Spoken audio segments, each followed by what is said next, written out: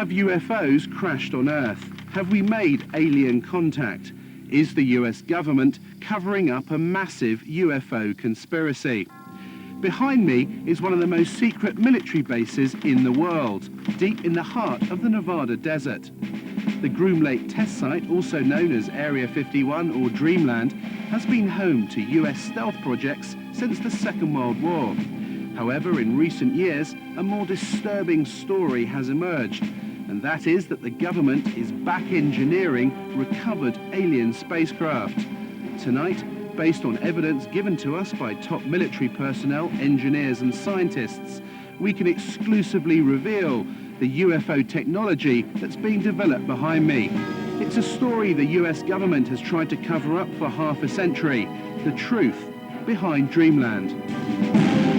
I am convinced, based on my research and the individuals whom I've had contact in the U.S. intelligence community, that the U.S. government does indeed have craft that meet the description of many of the UFO reports. The whole aim of the project was to take these craft, or the one in particular that I was working on, and try and duplicate its systems and subsystems with earthly materials.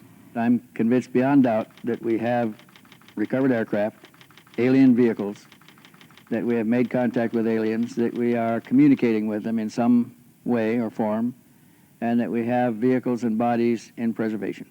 I was at that moment standing on the deck of the radar van. It was nighttime, and I was looking up in the sky because there were saucers up there. Were there any alien bodies recovered? No bodies. There were 4 live, feeling good guys. 4 live extraterrestrials?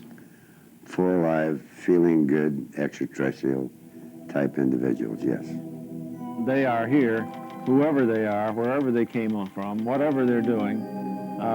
Other intelligences are messing around on our planet.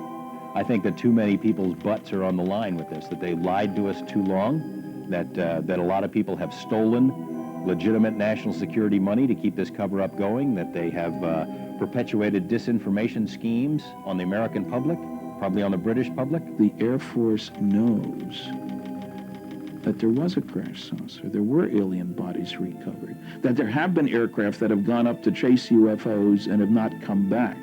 They know that we're dealing with the biggest story of the millennium. Set on a remote dry lake bed 80 miles outside Las Vegas, Area 51 is just one part of the massive Nellis Air Force Base, which is roughly the same size as Switzerland. It was commissioned by President Truman in the 1950s as a top-secret location to develop and test America's new generation of post-war aircraft. In the technology fever of the 1950s, the base soon became home to the most exotic flying craft of its day. More recently, it is where the F-117 stealth aircraft was developed and test flown.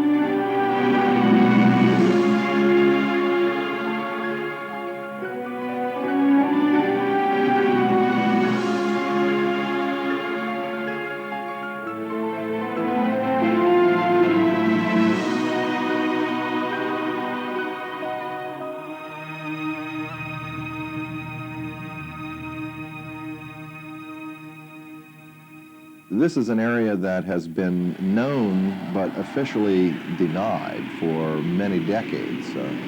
We go back quite a ways into the 40s and 50s with the development of the U-2 spy plane, the SR-71. All of our super secret aircraft have been developed and test flown out in this particular area.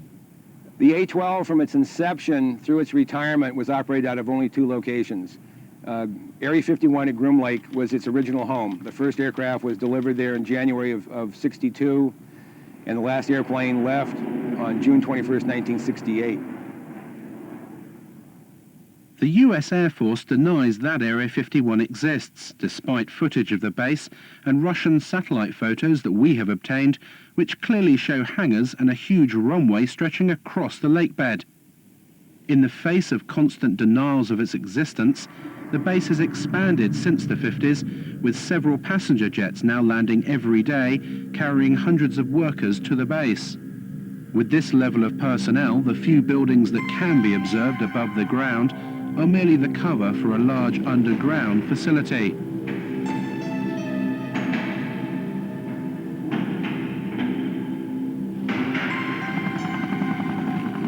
Security at the base is unprecedented and secrecy is paramount. Since the late 50s, the military has sequestered hundreds of thousands of acres of land that adjoin the base. The exclusion zone around Area 51 now stretches to 26 miles. The secret status of the base is very, very well preserved. And even if people are talking about the operation of the U-2s back in the 1950s, 40 years ago, they're still not allowed to identify the base by name or by location. All they can say is it is a remote facility. This place is an old anachronism from the Cold War. This is a place that harkens back to the old days, and because the military is continuing to treat it as a top secret facility that doesn't exist, it attracts attention. Naturally, everyone wants to know what goes on here. There is no question that the facility is there, that the government has said very little in the past about it, that it has the right to test things like the U-2, like the SR-71, like the stealth aircraft. People forget the stealth aircraft, over $10 million spent on developing it, and more than a decade before its existence was even announced. That's what you do out at Groom Lake. Now, the real question, I suppose, is, are there any flying saucers out there? We took to the skies to see the base for ourselves. Flying at an altitude of 10,000 feet, we edged to within 1 mile of the restricted zone. Having made contact with the tower, we soon found out how seriously Area 51 guards its airspace. From you, remain on the 4375 foot off right, pick you back up in a few miles. We're just curious, is there any activity today out at the Groom Lake area? Any activity where, sir? Out at the Groom Lake area. Lake Mead 69, I don't have any of that information available. Dude, control on guard. When working Reveille Mall, squawk altitude, acknowledge with an IDID. The Ellis approach controller now is just getting a little concerned that we're getting close now. We've just been buzzed by 2 F-16 fighters. They passed our bow at about 800 to 1,000 miles an hour. These guys aren't messing around. They don't want us to be here. In fact, there's another one just gone by the bow there. They're either trying to get us out of the area quickly or force us to land. And there goes another one. Well, that was really close, right off the right side. I'd say that was within a mile, mile and a half. Well, you can see him, boy, that was amazing. And they have TCAS on board, so they definitely had radar contact with us. That was really close. In 1989, one man blew the lid off Dreamland. His name was Bob Lazar, and he claimed to have worked at the Groom Lake site, back engineering recovered alien spacecraft.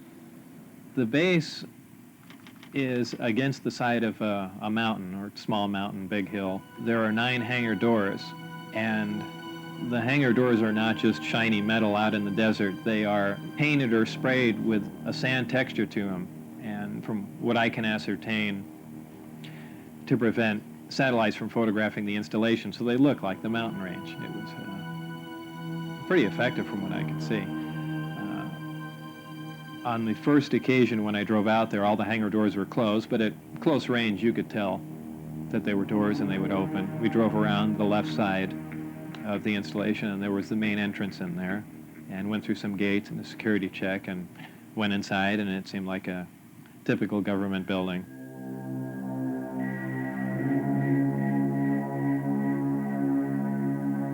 The work that I did basically entailed back engineering the power and propulsion system, and I opted to start with the power, the reactor that ran the craft. With the clearance that I had, that was known as Majestic clearance, there were only 22 people at S4 with that clearance to work on the craft. The location he worked on at Area 51 was called S4, and was housed on Papoose Dry Lake Bed, a short drive from Groom Lake. When I was brought in by bus, normally we had gone around to the left side of the installation and entered the door there, and for the first time, one of the hangar doors, the one on the end, was open.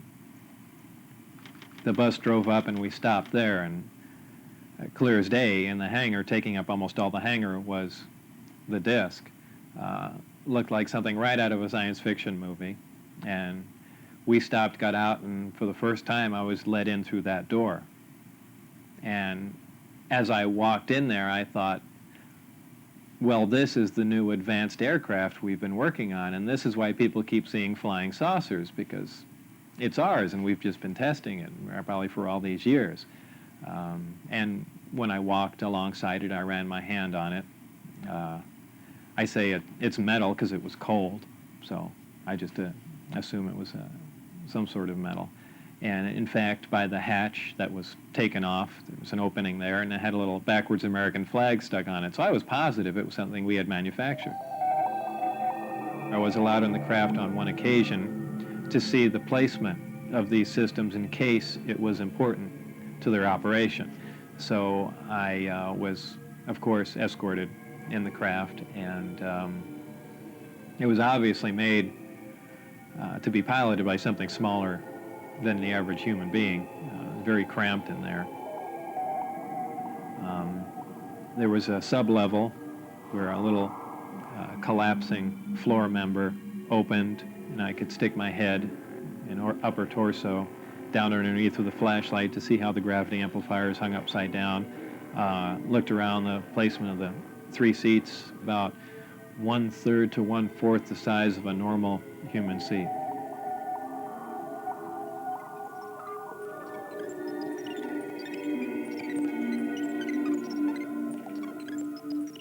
At one point when I was in the craft, one of the archways became transparent. There were some technicians working on something else that I had no knowledge of. So, and also something began to scroll up on the screen. So it might have been possible that the skin of the craft, whether under, electrical influence or something else, could at times become either transparent to look outside, or be used as some sort of video screen. That was pretty amazing. When I went outside and looked at it, it looked as if it was just a plain piece of metal again.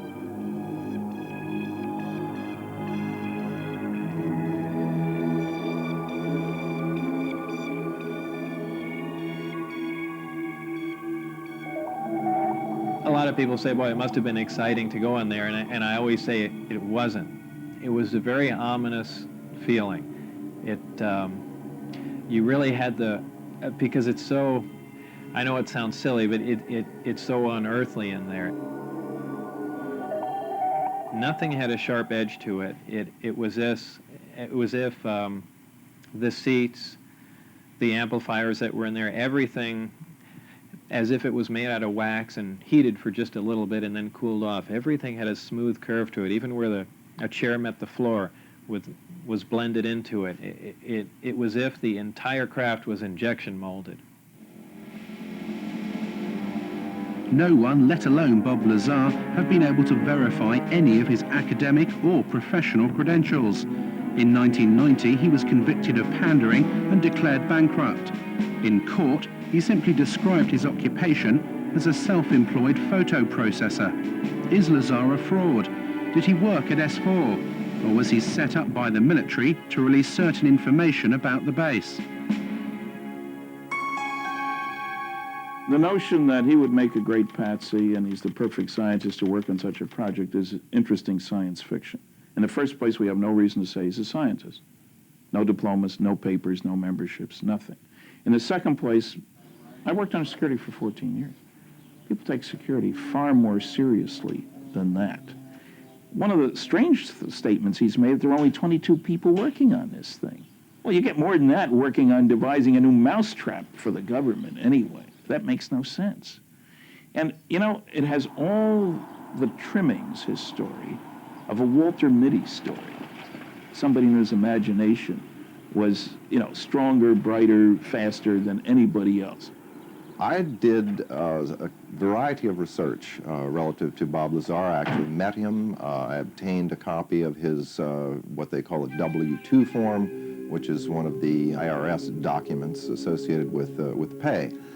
His particular form indicated that he worked for the U.S. Department of Naval Intelligence. My investigation of this document and the claims that Bob Lazar made followed a very strict path of sound research. I contacted the U.S. Department of Naval Intelligence and indeed verified that they were likely responsible for presenting that W-2. I investigated the issue with the Internal Revenue Service.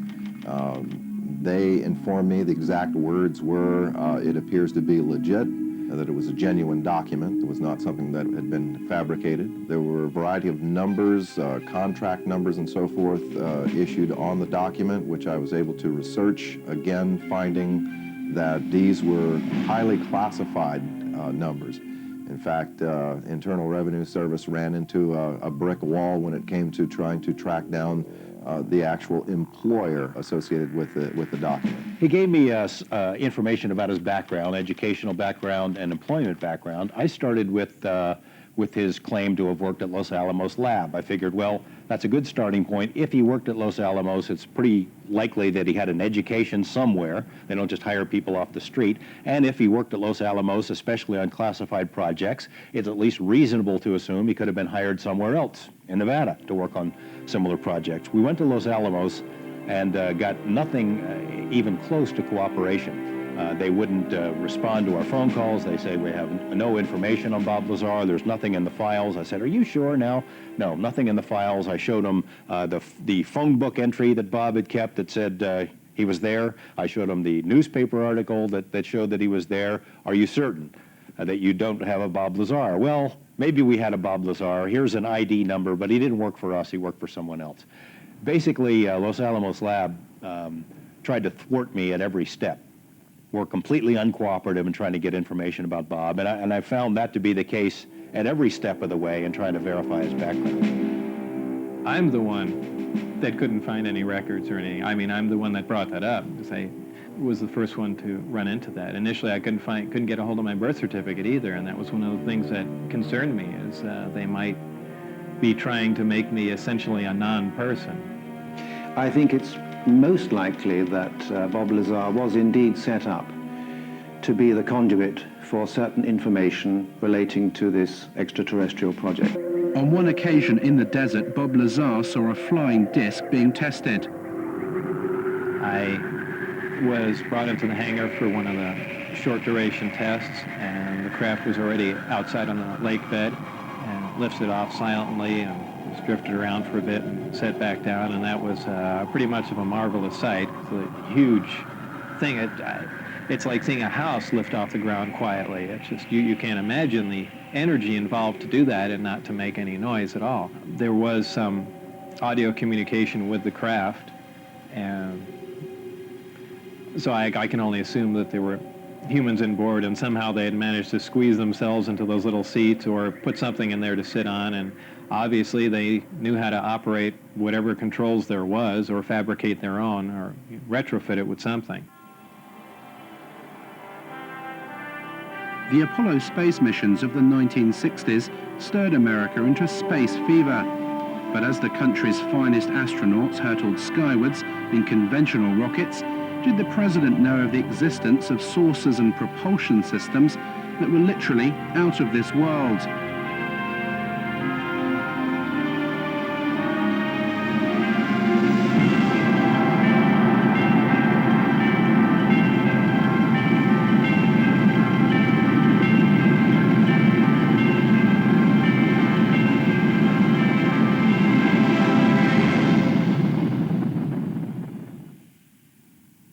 Dr. Edgar Mitchell of the Apollo 14 mission and the sixth man to walk on the moon has carried out extensive investigations of the alleged saucer crashes, as well as the question of alien contact.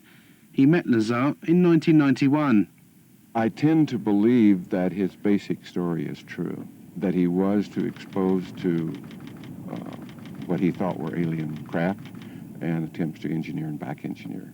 I think that his explanation of what's going on and his theory that he's utilizing is probably not on target.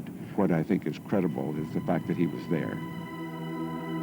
Since the Roswell incident in 1947, that there was a cover-up, that was a valid incident, and that there has been an active investigation program, reverse engineering program, and cover-up associated with that since that time.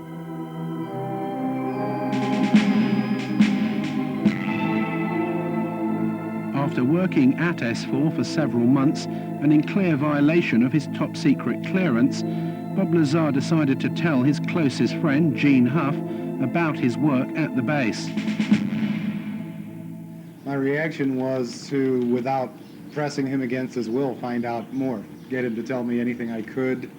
And it wasn't disbelief. I think I was actually motivated to further read. I started investigating other books on UFOs and other researchers' information to see if anyone knew anything, and needless to say, they didn't know what Bob knew. 1 month later, in March 1989, Bob Lazar went one step further. He decided to take his friends to the desert and show them a flying disc test. I remembered most of the days and times of testing.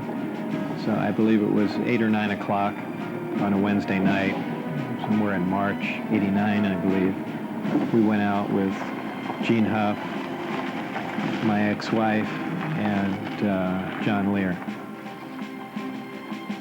Shortly after the flight time that I had recorded, white light came up off the ground and hovered, and then began doing radical step maneuvers and darting from one side of the sky to the other, doing some impossible flight characteristics.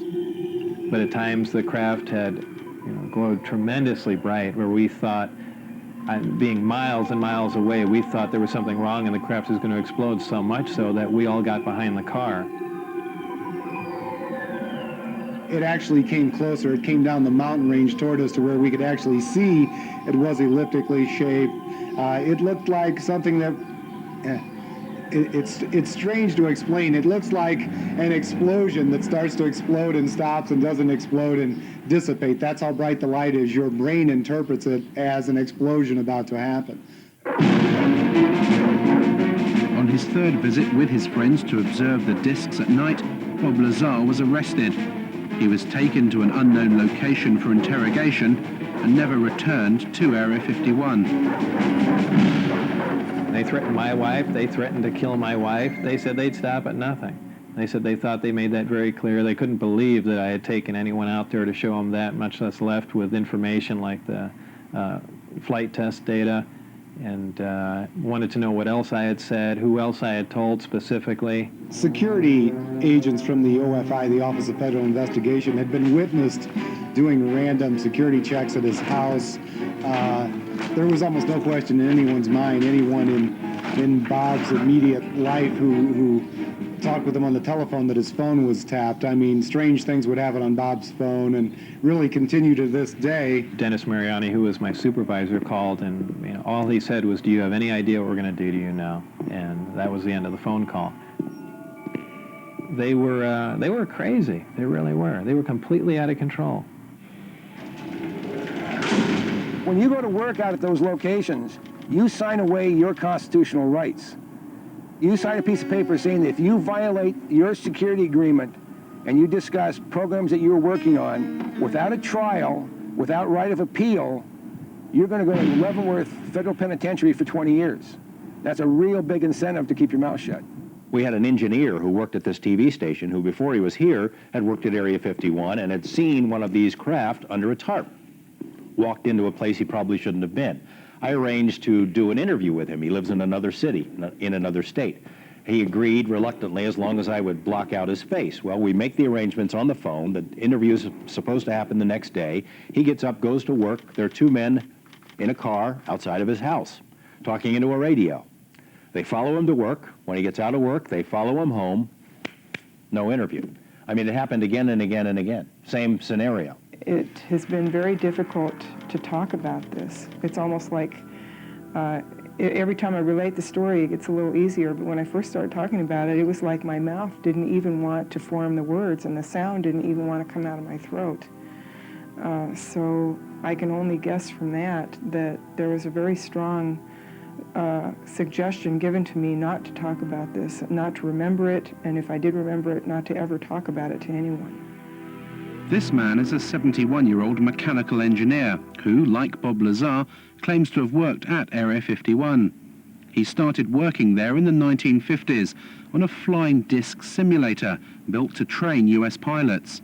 He said he's been given permission to talk to us about certain specific aspects of his work, but asked us not to reveal his identity.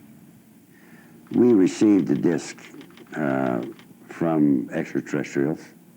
This particular one that I had to work on, or did work on, was from the Kingman crash. And that was later on taken to a Nevada test site where, at the time, I didn't know.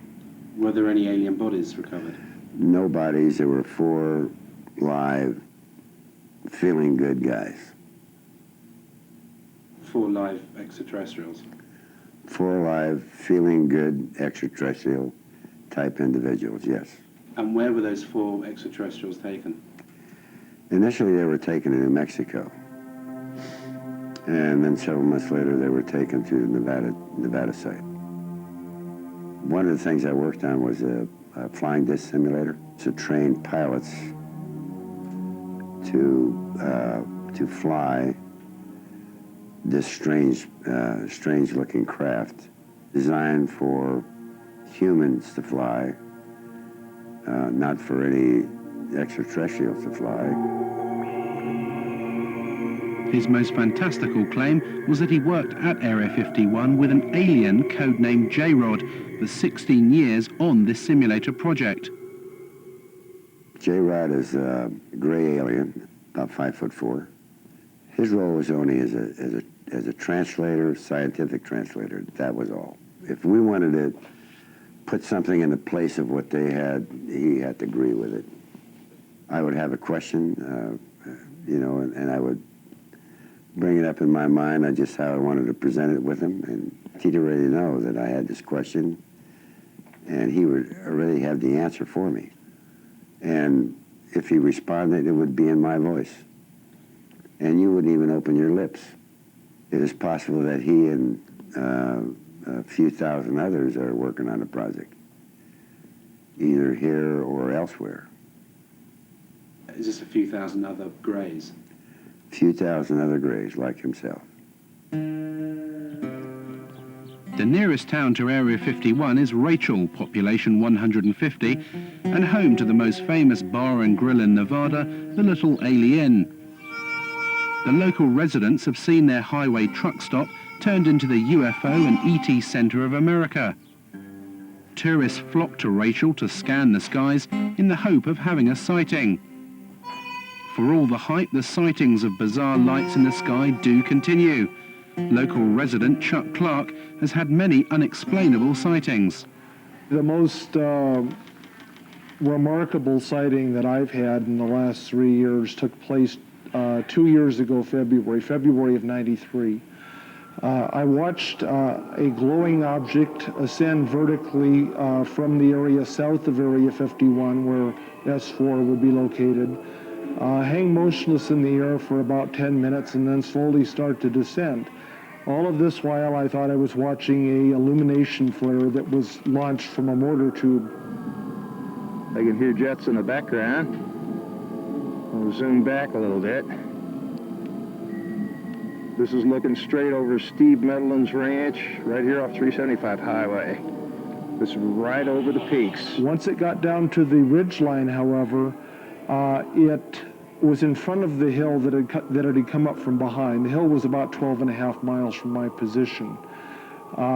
It came down to a few feet above the ground at the base of the hill, hovered momentarily, which is still consistent with what a flare might do in calm air, but then suddenly it shot off westward covered 4.8 miles in 1 to 1.5 seconds and stopped cold, also about 30 feet off the ground, hovered just long enough for me to get it focused in my binoculars for maybe 2 seconds, and then it vanished right in place.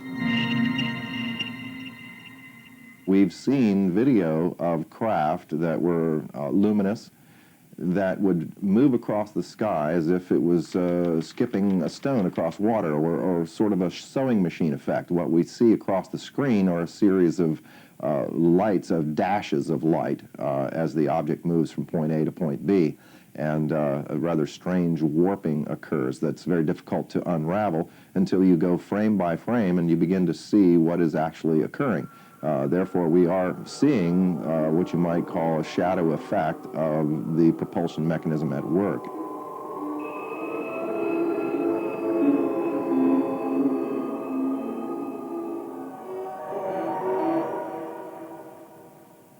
I've spoken to several people who've seen UFOs or disc-shaped craft out there.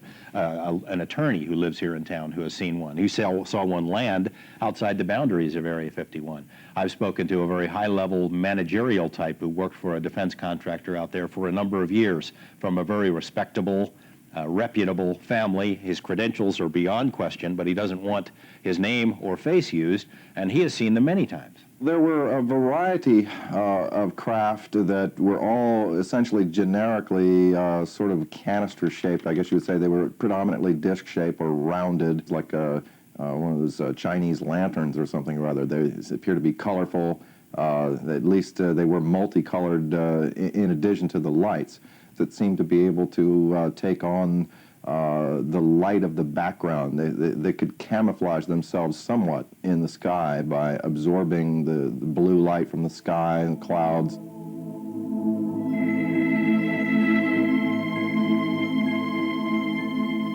What are these lights in the sky, and are they indeed flying saucers? We asked US Navy physicist and UFO expert Dr. Bruce Maccabee to examine the footage.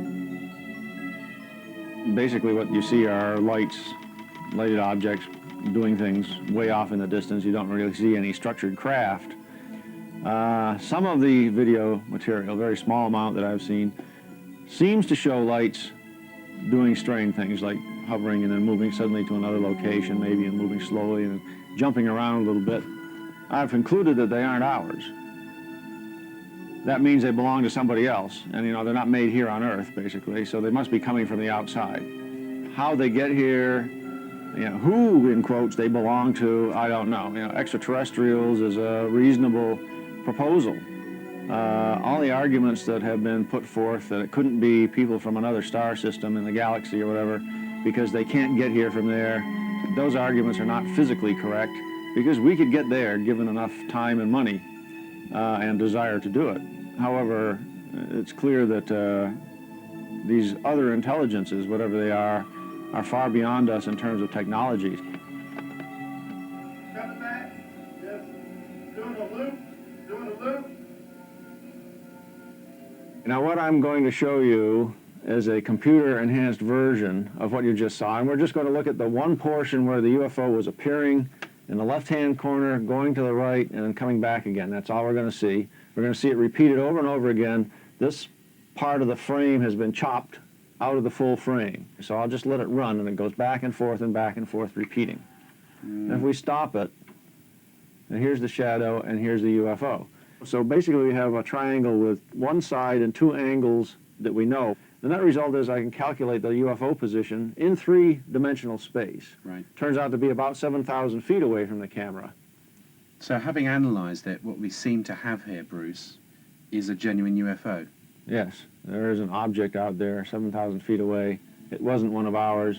It's about 30 feet in size. A genuine UFO.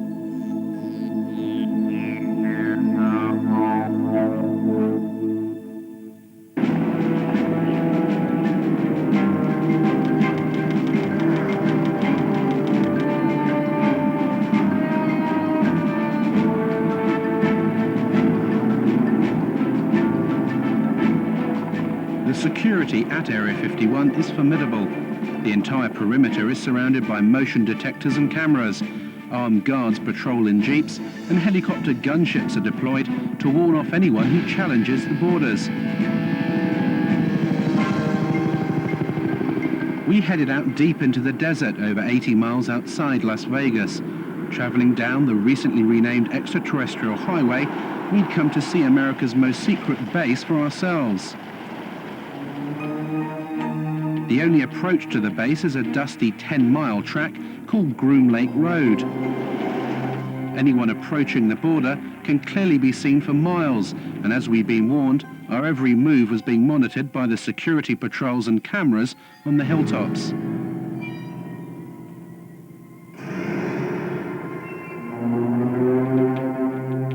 This is as far as you can come to go to the Groom Lake base. It actually says on these signs that use of deadly force is authorized. There are security patrols all over these hills. They've been watching us for the best part of the last hour. There are motion sensors, security cameras, and if I did walk over this line, I would be immediately arrested, taken to the guardhouse, and interrogated for anything up to a week. As soon as you step over the line, past this sign, you lose all rights.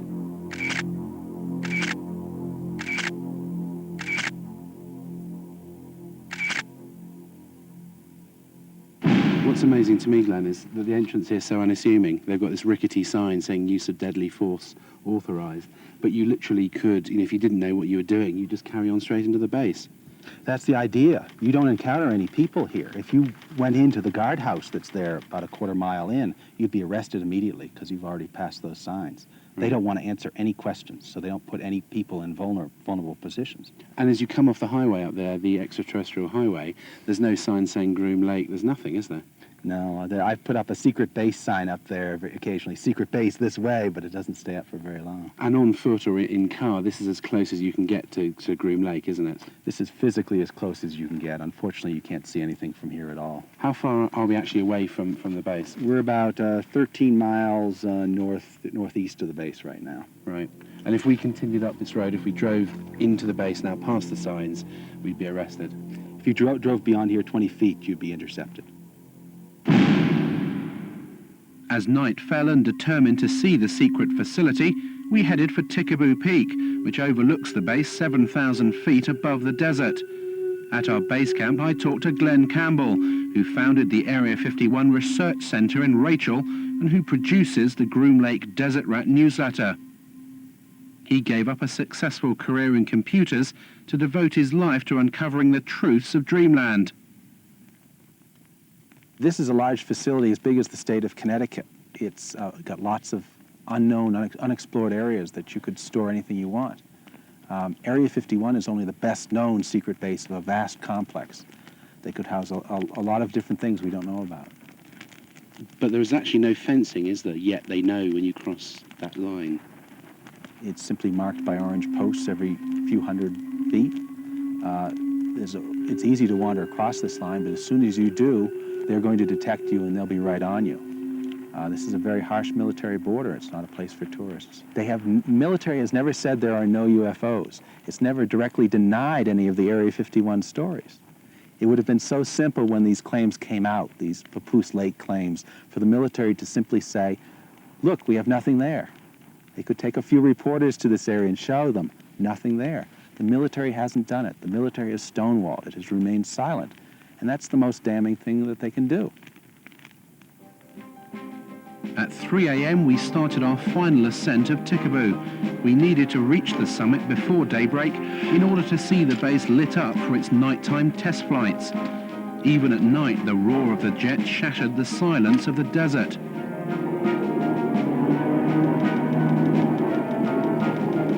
As we reached the summit under a cloak of darkness, Area 51 could clearly be seen, its runway lights glowing in the distance.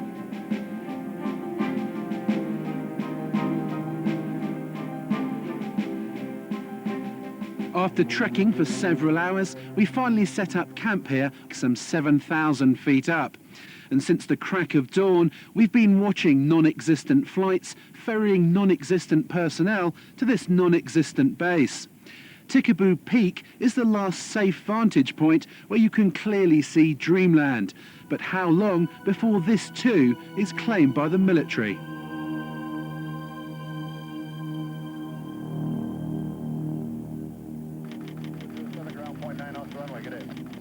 The Groom Lake mystery continues. We've followed the personnel flights out of the secret base, and they've landed here at McCarran Airport, just outside Las Vegas. There are apparently over a dozen flights every day, ferrying the personnel in and out of America's most secret base.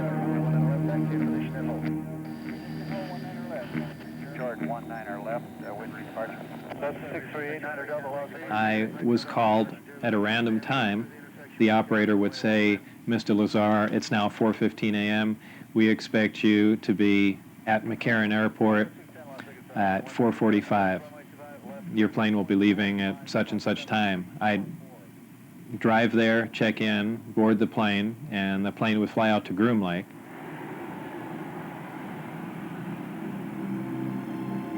As the Groom Lake workers headed off in their cars, we tried to enter the terminal. Who could you point me to at the base who could give me some information? Okay, what I want to tell you right now, you're trespassing on private property. Sorry, we thought that was the point. You're trespassing on private property. You're inside our gate.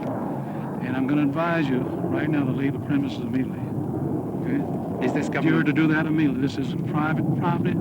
You're trespassing. Leave the premises as soon as I get to getting you information. Is it government property or is it just private? No comment. You're trespassing. Okay. Who are you trying to kid, bud? I just You're trying to bullshitting me and quit it. Is there anyone you can point us to give us any details of?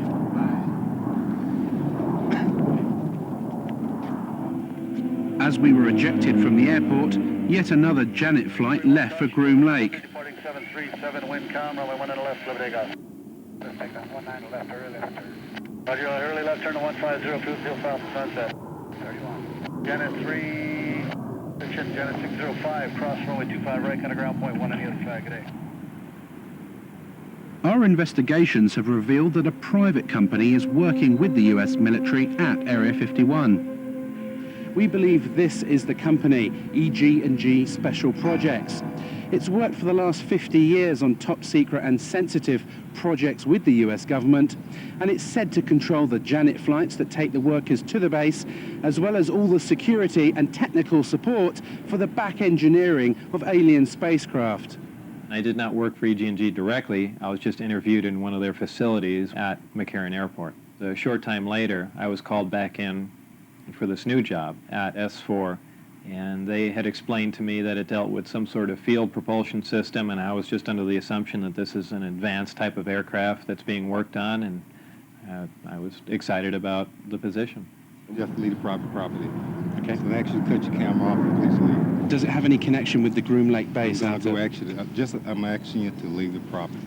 Does this company have any connection with the flights that leave McCarran?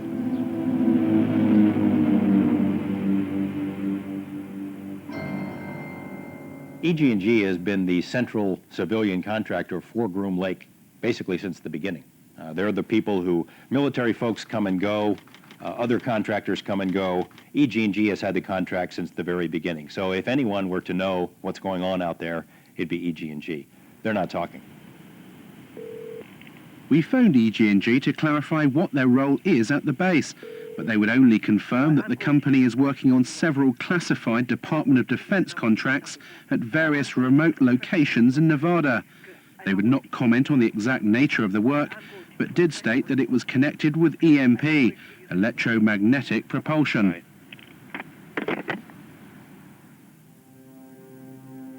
If recovered alien craft are buried deep beneath the Nevada desert, then the power to release this information to the public lies deep inside the corridors of Washington. As an intelligence insider said to me, the problem isn't obtaining the information, it's handling the truth.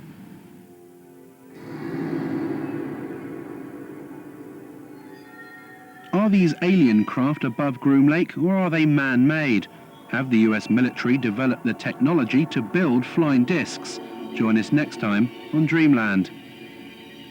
There's a great deal of legitimacy to this UFO phenomenon, to the issue of alien intelligence. This is something that's not at all new to the US military. There's programs that they're working on today that are 50 years ahead of anything that you and I can even conceive of. The black project teams are operating without oversight from official committees, from Congress, if you will. I find that exceedingly distressing, frightening, the ultimate big brother scenario. Everything is being run by the ETs. They're so far beyond us in terms of technology that I don't think we would have a chance. I don't think we've yet scratched the surface on what's happening out there with regard to flying saucers. There are a variety of activities, some of which are classified throughout what is often called the Air Force's Nellis Range Complex. The range is used for the testing of technologies and systems and training for operations critical to the effectiveness of U.S. military forces and the security of the United States. There is an operating location near Groom Lake. Some specific activities and operations conducted on the Nellis Range, both past and present, remain classified and cannot be discussed. Based on the evidence of former workers and the unexplainable lights in the sky, there is little doubt that Area 51, seen here in the distance, does house flying craft that are literally out of this world. If recovered alien spacecraft and bodies have been taken to this remote location since the 1950s, could a secret of this size be kept under wraps for so long?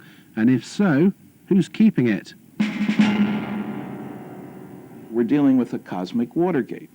That means that some few people within the governments of the United States, Canada, Britain, and undoubtedly other countries have known since July 1947, when at least 2 crashed flying saucers and several alien bodies were recovered in New Mexico, that indeed some UFOs are extraterrestrial spacecraft. Since Project Blue Book closed down in 1969, there was no official interest in this subject. That seemed, to say the least, a trifle strange when documents that have come out under the Freedom of Information Act in America show the contrary, show that organizations like the CIA and the NSA are actually very heavily involved in UFO research. There's a relatively small number of people within the intelligence, military intelligence and scientific and technical intelligence community who are aware of what's going on, and an even smaller group who are actually organizing top secret research into this phenomenon.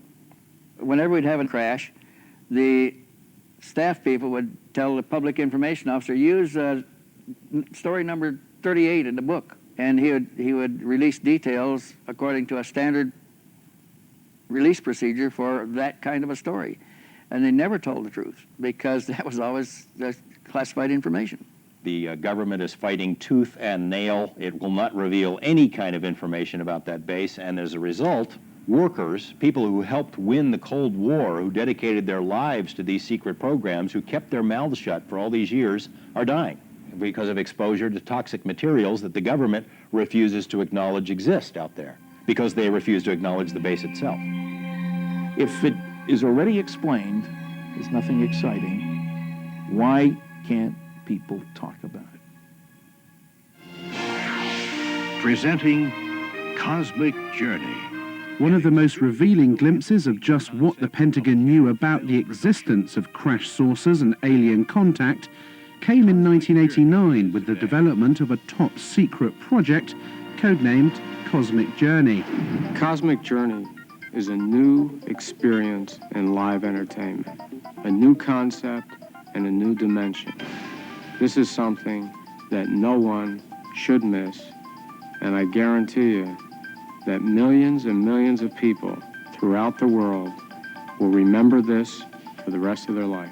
Its aim was to display to the public, by way of a travelling exhibition, the crashed craft and preserved alien bodies that the government had in its possession. The Pentagon enlisted the help of Bob Exler, a NASA mission specialist in robotics, who was also a respected UFO researcher. At a series of meetings in Washington in 1989, military officials set out their plans to Exler.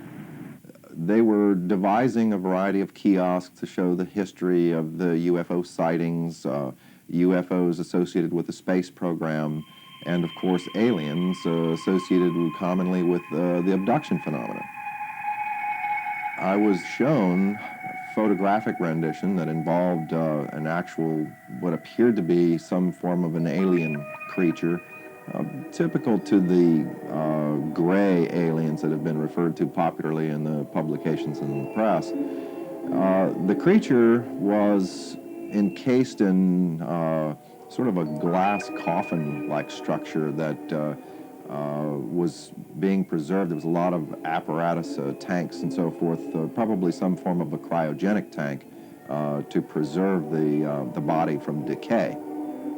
As part of his indoctrination program, Exler was flown out to an offshore NORAD tracking facility. Traveling in unmarked black helicopters, they headed out 20 miles off the coast of Florida, landing on what looked like an oil rig. As we got into this facility, we descended to an area that I would describe as sort of a mezzanine area, looking out over a control room. This was obviously a NORAD tracking facility. There was a huge screen. It represented an area of the southeast quadrant of the United States. Then there were a series of lights that were floating along sort of like the top of this grid area. There were 5 of them in all. Were labeled, by the way, on the screen as ASCs, and I heard someone make reference to alternative spacecraft. The craft went down into this grid, into this vortex area, and then dispersed.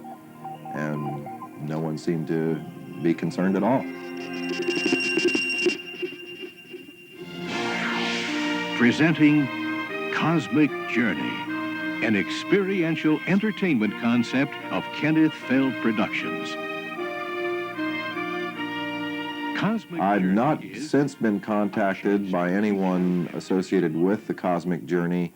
There have been, since the publication of the book revealing the project itself, there have been a number of plausible denials by members associated with the project, and of course categorical denials on anything related to the more intrinsic alien issues. The only official UFO investigation that the United States will admit to was Project Blue Book. It was set up by President Truman in 1952 after a rash of UFO sightings over sensitive military areas.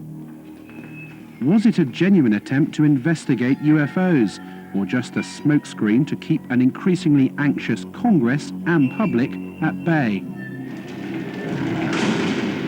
The public was told everything's under control. Sign, grudge. Blue Book, that is the organization that's doing the UFO thing. We have access to the finest scientists, and there was a whole bunch of malarkey that went along with that. It was set up as a public information office to answer the questions on the UFO phenomena for the public. And their case information, their files, were sent down from upstairs, from where my office was, where my desk was. Usually cases that could be explained away, and those were used as sample cases in dealing with the public. Anything classified above confidential stayed upstairs and even went higher and never came into the purview of Blue Book at all. I don't think it was a genuine investigation in that the really sensitive reports were filtered out by a more important group than Project Blue Book. We have obtained copies of Project Blue Book documents. There are literally hundreds of reports of UFO sightings and eyewitness accounts from both civilians and military personnel, many that were unexplainable. Project Blue Book is still some 40 years later the most important body of evidence admitted by the US authorities that we have made contact with extraterrestrials. The investigation was closed down suddenly in 1969. No reason was given. Blue Book was the cover organization. That's the one you heard about. That's the only one ever mentioned. And as recently as last year, an Air Force letter to a senator said Blue Book was it, and when we closed it, we got out of the business. In reality, all these other groups concerned with monitoring the skies were continuing to look at militarily important cases. A light in the sky means nothing. But if one goes buzzing down the runway at a strategic air command base where nuclear weapons are stored, which has happened, and we've got some records on that, that's of concern. We can say that the recent sightings are in no way connected with any secret development by any agency of the United States.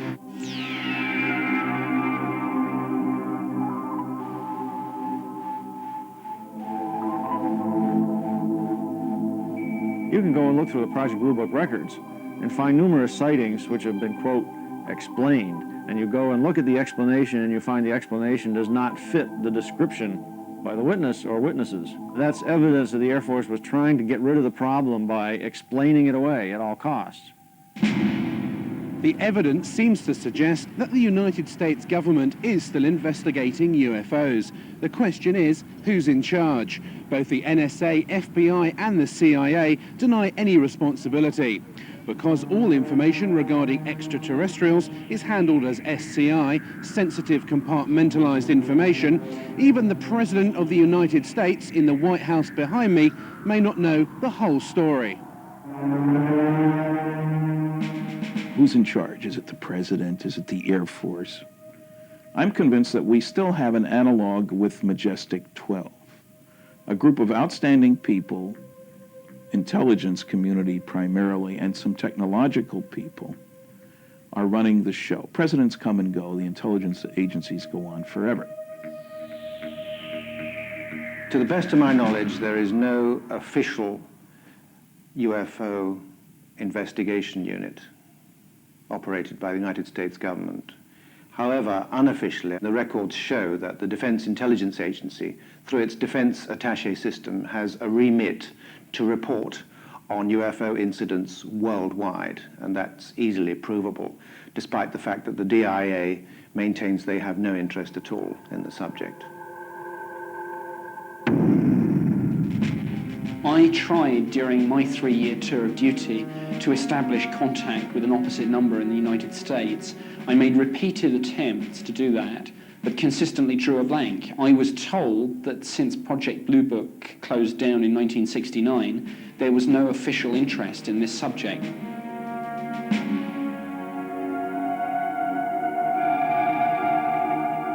I didn't work for the U.S. government. I worked for a satellite government of this country.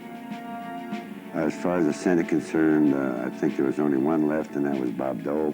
And as far as the presidents are concerned, the only presidents that I feel that I met at the facilities back in the 50s and 60s were Nixon and Bush.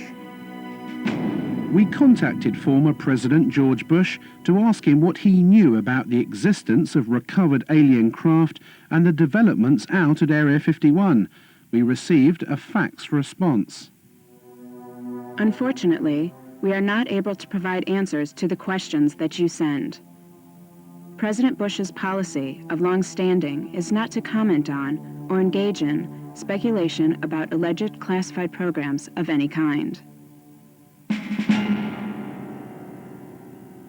A close confidant of George Bush and a man well acquainted with Area 51 was Admiral Bob Inman.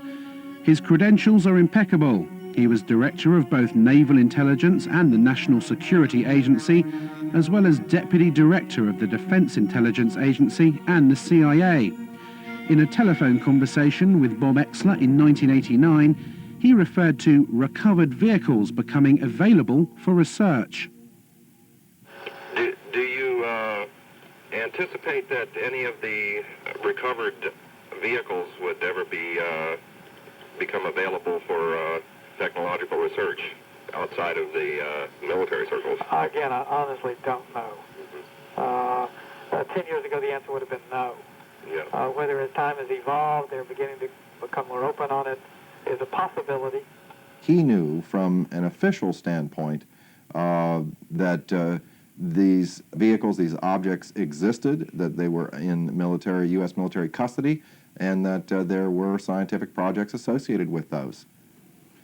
I believe it is the first revelation by anyone in a high enough level capacity within the U.S. government, especially within the intelligence community, to, in effect, acknowledge that we are indeed involved, that UFOs are real, that they were developed by non-human intelligence, and that somehow or another we have acquired possession of that technology.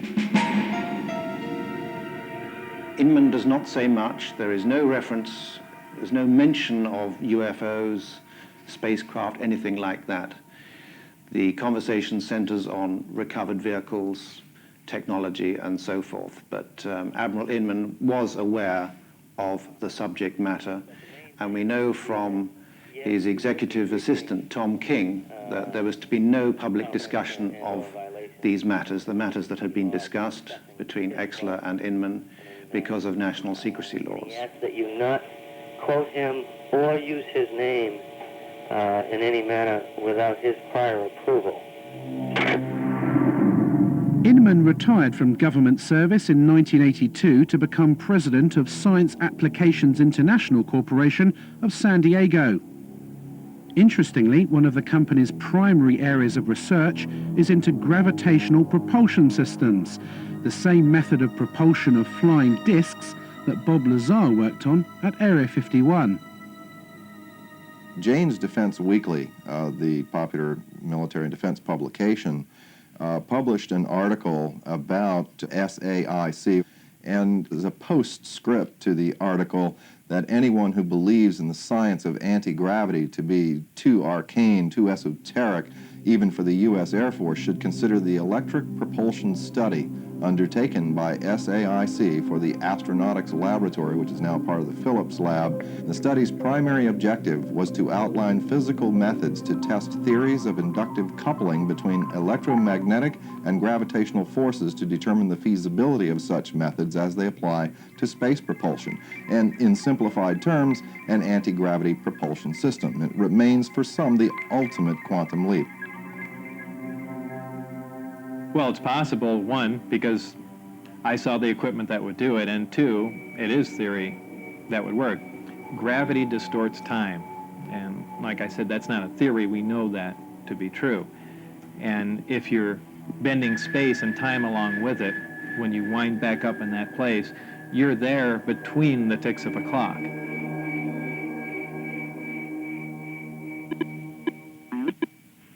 We called Admiral Inman to find out what he knows about Area 51 and why his company is developing this gravity propulsion system.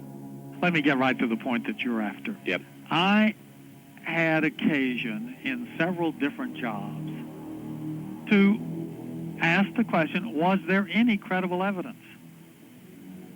When I was the vice director at the Defense Intelligence Agency, the National Security Agency, the Central Intelligence Agency, I inquired at each of the three places at different times, do you have any credible evidence that would support the existence of UFO or, aliens? Yeah. And the answer was always no. Janes wrote an article in which it mentioned Science Applications International, and it referred to some of the development it was working on as the ultimate quantum leap, exotic, shall we say, gravity propulsion systems. What exactly are those, and what are they used for flying craft? I'm pausing because I want to make sure I don't overstate the case. Right. We're on a little sensitive ground here. There have been, over the years, I thought some of the early allegations of activity out in Nevada 15 years ago could well have been reflection of the prototype testing of some of the stealth vehicles. Some are clearly scientific phenomena.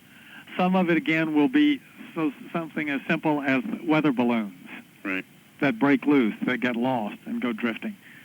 But there probably is some of it that is directly related to testing of late 20th century, early 21st century military technology related partly to reconnaissance in some cases and others to, attack aircraft.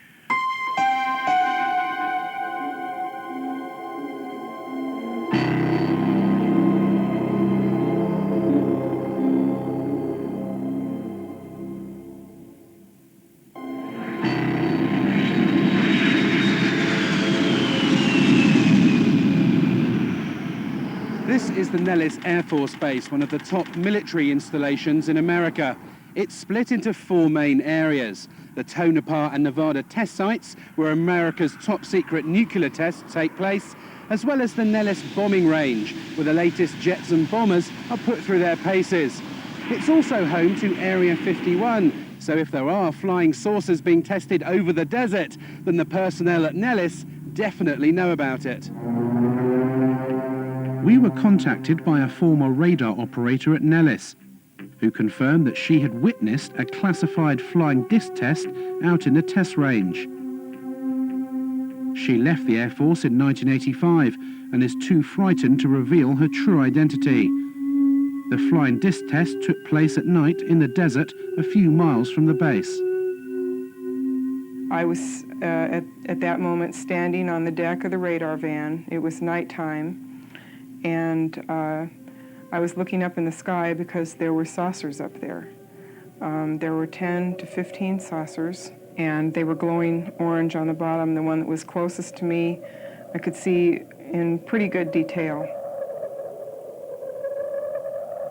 I was standing with a group of people of whom I did not know any of them, and they did not appear to know each other. So it seemed like we were all very isolated. No one was talking to anyone. It was very frightening, because what I was seeing was definitely something that was very highly classified, and there was a couple of people talking inside the radar van who I assumed were officers, but no one was wearing any rank insignia and no one was wearing any name tags. The maneuvers that they executed were very sophisticated. So my guess is that they were being piloted by aliens who knew exactly what maneuvers they could do.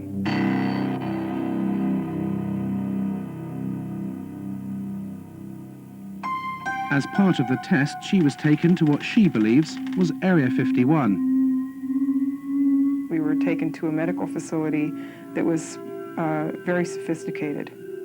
Someone came and took me into an examining room, and they had me lay down on a stainless steel table.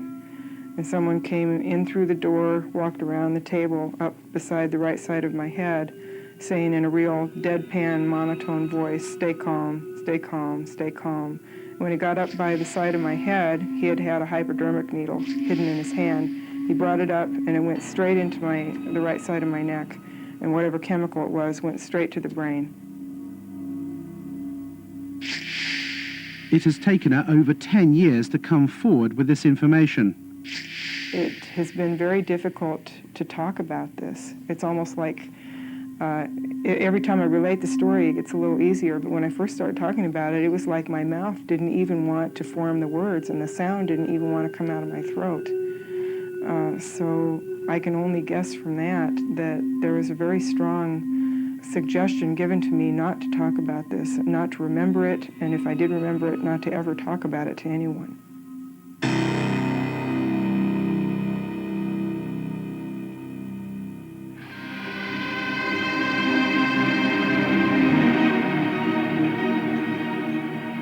As recently as 10 years ago, this Lockheed A-12, which flew out of Groom Lake, was still one of the US Air Force's most top-secret military aircraft. If you'd seen it in the skies at night, you may be forgiven for thinking you'd just seen a UFO. So how many of the hundreds of thousands of UFO sightings every year are nothing more than military aircraft?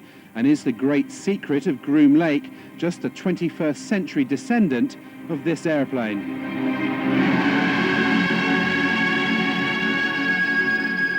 The original test pilot was Lou Schock. The first time he saw it, I mean, he rubbed his eyes, he turned around, walked back out of the production hangar at Lockheed and walked back in because he did not believe his eyes. You know, initially they were going to call it El Salvador instead of Cygnus. For the simple reason, in Spanish, that means the Savior or Jesus Christ. Like everybody who saw the airplane could not believe what they were seeing. It was a Buck Rogers airplane. This airplane was built, designed almost 40 years ago. 40 years before that, the hottest thing flying was a Seversky P-35. 40 years before that, it was a balloon. So the technology has not stood still. So it's a very good possibility that we are looking at man-made transportation for the 21st century. The United States Air Force alone, in 1997, according to the latest budget request, will spend more than $11 billion on research, development, and production of secret weapons systems of one kind or another. That's considerably more than the entire research and production expenditure of any other military in the world. I am very distressed that the black project teams are operating without oversight from official committees, from Congress, if you will, from public oversight, with black budgets that no one knows where it's going or what it's being used for. I find that exceedingly distressing, frightening, the ultimate big brother scenario. I think a good part of the reason for keeping everything classified is because this is an awesome weapon.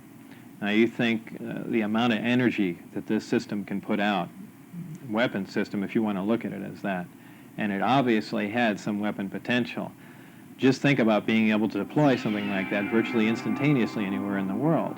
You know, you have a conflict in the Middle East, how long does it take you to get an aircraft carry over there? Well, it takes a long time. Here's an awesome weapon power that flies, that can move somewhere virtually instantaneously and, you know, pound an enemy virtually into dust. Yeah, that's something to keep awfully secret at any price, because that's something you can almost conquer the entire planet with. I'm convinced that human beings are building disc-shaped craft. In fact, it was reported that by 1960, the U.S. military had already developed a disc that could operate silently. Man-made flying saucers are indeed real. This is the Avrocar, which was launched in total secrecy in 1955, less than 10 years after alien saucers were allegedly recovered from Roswell, New Mexico. A CIA memorandum in 1955 stated that the Avrocar was based on research developed by German scientists in World War II.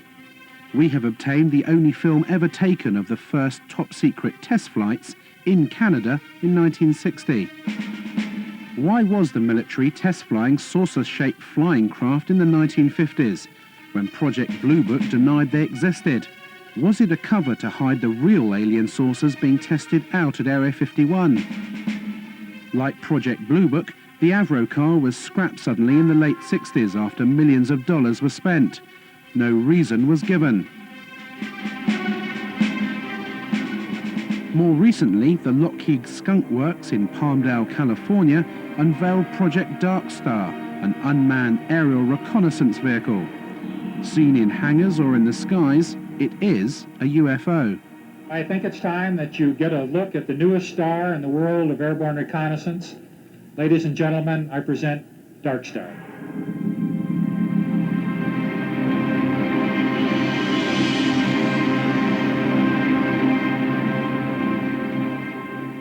Dark Star is a very unusual looking aircraft. It has a saucer-shaped body and a pair of very long, slender wings attached to the back. Like many stealth aircraft, including the B-2, its appearance varies drastically according to what angle you see it from. If, for example, you see the aircraft kind of edgeways on, you might well think that this was something totally foreign, totally unlike any conventional aircraft, and certainly much more like what people have described as flying saucers. I think it's quite possible that some of the things that are being developed in the United States today are of such a revolutionary nature and still very secret that when they are seen from time to time, as things inevitably do get seen when they're tested, that they could be mistaken for what people think are UFOs. At any given time, of course, the technology that we have is 5 or 10 years more advanced than the technology that is on public display. But these sorts of things do not fly over the heads of bewildered members of the public. They fly exclusively in very clearly defined ranges and danger areas, so the sorts of things that are being reported as UFOs will not be ours. In September of 1947, the Air Force wrote to J. Edgar Hoover a letter saying we've checked all of our research projects, etc. You know, this would be not just the Air Force, but the Navy and the Army, everybody, and we have nothing that could create these flying disc sightings. The big UFO convention came to an end in Las Vegas last night, and afterwards, naturally, some of the members went out in the desert to search for UFOs. A news crew went along, too, and sure enough, it wasn't long before a mysterious, unidentified object appeared. Not too surprising, somewhere up there, you see it, because this patch of desert is right near a military test site. This looked like no aircraft lights that any of these folks had ever seen. Was it a bird? Was it a plane? Was it the Aurora, the secret plane? We don't know. More to come, I'm sure, and the Air Force is not saying anything as usual.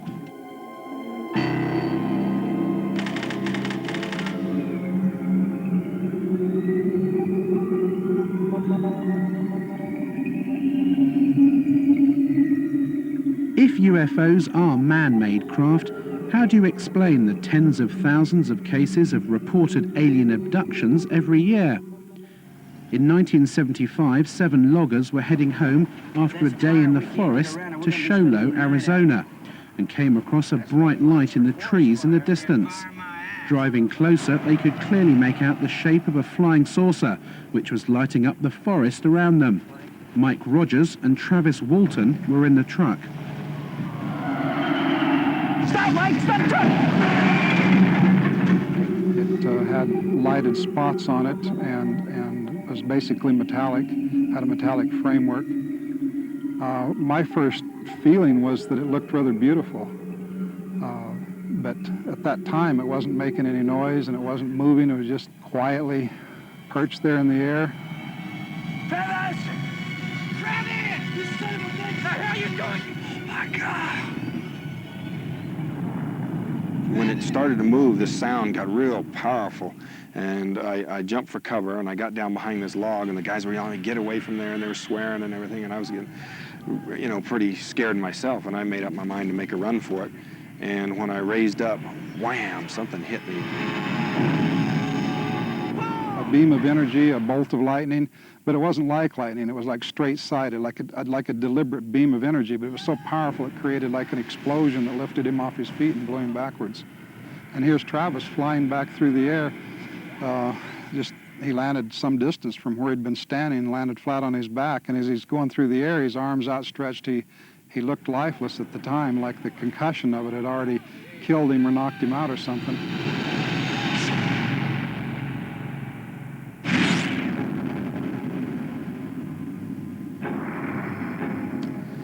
Well, I could hear the sounds of movement around me, and I had trouble focusing my eyes at first. I saw there was a light above me, and the ceiling was very close. I could feel I was laying on top of some hard raised surface.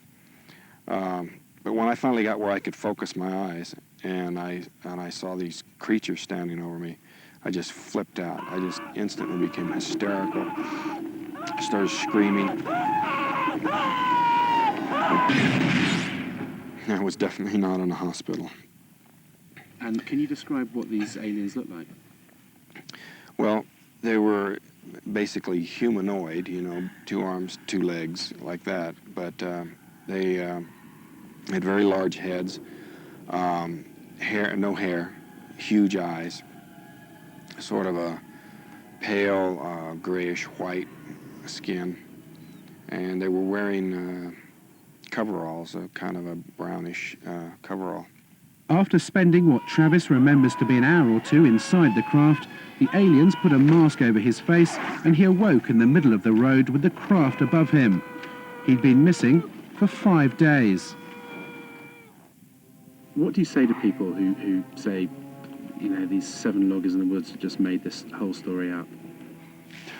I mean, you know, 7 people see the same thing. They stick by their stories for over 2 decades. You know, all of us have taken polygraph tests. Every theory the skeptics come up with is just absurd and easily proven so. Well, I spent a day with Travis and Mike Rogers. He passed the lie detector test. Their story is consistent. There were 5 other people there, after all, who saw part of these events unfold and who also passed the lie detector test. His story is consistent. It's never changed. In a court of law, that would make the case. I found his story profoundly convincing.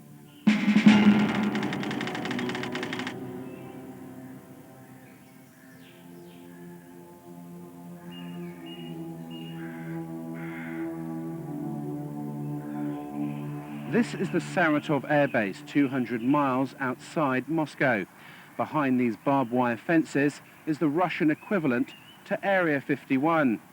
If you thought only the US government had flying disc technology, then you'd be wrong. The Russians have been working on a secret project codenamed Taryelka since the Second World War. Security here is unprecedented, and this perimeter fence is as close as we've been able to get to the base.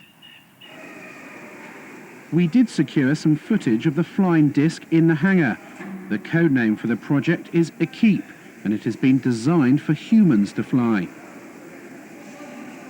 We asked the scientist in charge of the project what propulsion system the craft uses, but he would not divulge what he called classified information. What is clear is that Taryelka is aimed at the commercial market, not the military. The Russian engineers here at Saratov see this as an alternative to aeroplane transport in the 21st century. Where the production and design expertise came to build the Taryelka, no one is saying. But surely it's more than just a coincidence that the base here at Saratov is so similar to Area 51, both in location and security. And as in the US, the Taryelka project was started in the 1940s, just after the alleged saucer crash in Roswell, New Mexico. I'm pretty sure that the Russians have those craft. We were told directly by a leading Russian scientist who had hands-on worked on these things, that both the United States and the USSR had acquired information from captured Nazi scientists and had built craft like these. They knew that we had them. We knew that they had them. The story I got from the Russians before is that these same scientists who felt that there was an alien connection, Stalin himself, I was told, believed in this alien connection, that these things came from somewhere else.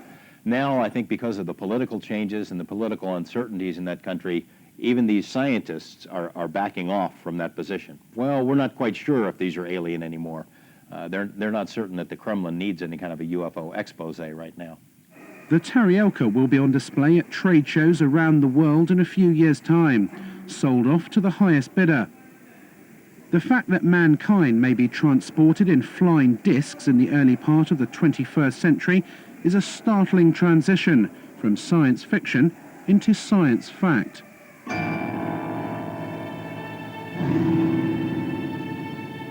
Have alien saucers crashed on Earth, and have we back-engineered these craft to develop our own 21st century flying discs? The answer, however improbable, is yes. Area 51 does exist, and we have eyewitness accounts from at least 2 former workers at the base who confirm the existence of alien spacecraft. The truth seems to be out there, but will they ever admit it? It's likely to be a very long time before we discover what is actually being done out at Groom Lake now. If you look at the intelligence community particularly, they seem to wait anything from 15 to 20 years or more after something has been retired before they acknowledge its existence. Therefore, if things are operational now, we may not see them for another 30, 40 years. What also happens at that point is that things remain secret for so long that the people who originally decided they should be classified are retired or quite possibly dead. And it becomes almost impossible to declassify a program at that point because nobody knows quite why the secret is being protected. The Air Force headquarters files up through 1955, 9,800 feet of material. That's 1,000 four-drawer filing cabinets. When I went to ask for stuff out of these files, only 10% of the boxes I was interested in had been classification reviewed. And in those boxes, there were withdrawal sheets all over the place. So secrets can be kept. They are being kept. One way that they're being kept is the naivete of the people who think, if this was going on, I would know about it. The ego is a powerful weapon. They have to know that it has to come out, and it has to be part of their program that it will come out. We just don't know what the agenda, what the time frame is. I think it's very reasonable, let's say if contact were made in the 1950s, I think it's very reasonable of the government to say, let's keep it secret for 40 or 50 or 60 years so we can study it, so we can reproduce the craft, so we can understand what it is we're dealing with and release it to the society slowly. Perhaps that's what they're doing now. Do you think the secret will be out in a few years' time? I'm saying because I've got permission, I'll turn my papers over to you in 2002, and then you'll know who I am.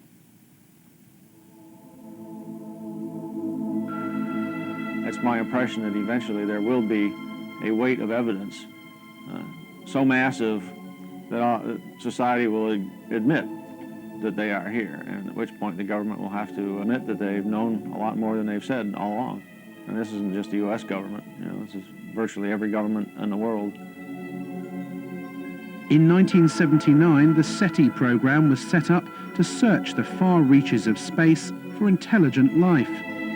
It would seem that we now have an answer. The real reason for the cover-up is likely to be far more sinister than mere secret technology. We have to consider that the aliens themselves may be controlling the cover-up, especially if they don't really want us to know what they're doing here. Even if there is some communication between the government and them, everything is being run by the ETs. They're so far beyond us in terms of technology that I don't think we would have a chance.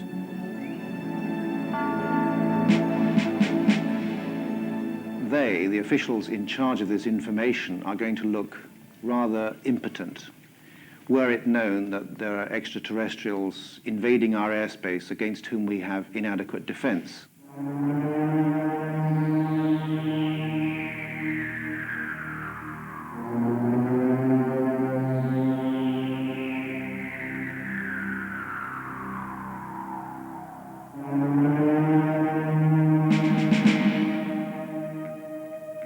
We have investigated Dreamland for over a year. Whilst we didn't see any flying discs or alien bodies, we did see lights in the sky which could not have been aeroplanes, military or otherwise. We have proved beyond a shadow of a doubt that Area 51 and a large underground base out at Groom Lake does exist. We've seen the workers fly in and out of the facility and talked to alleged former workers at Area 51 about their back engineering of recovered alien spacecraft. We've seen actual footage of man-made flying discs, both American and Russian. And there are warehouses across America housing files like these, full of UFO reports and alien abductions. Is this body of evidence just a figment of someone's imagination? I think not. As we move closer to millennium, mankind will have to face up to the startling reality that we may not be alone, and that a select group of US government officials have known about this for some time. I occasionally think how quickly our differences worldwide would vanish if we were facing an alien threat from outside this world. And yet I ask you, is not an alien force already among us?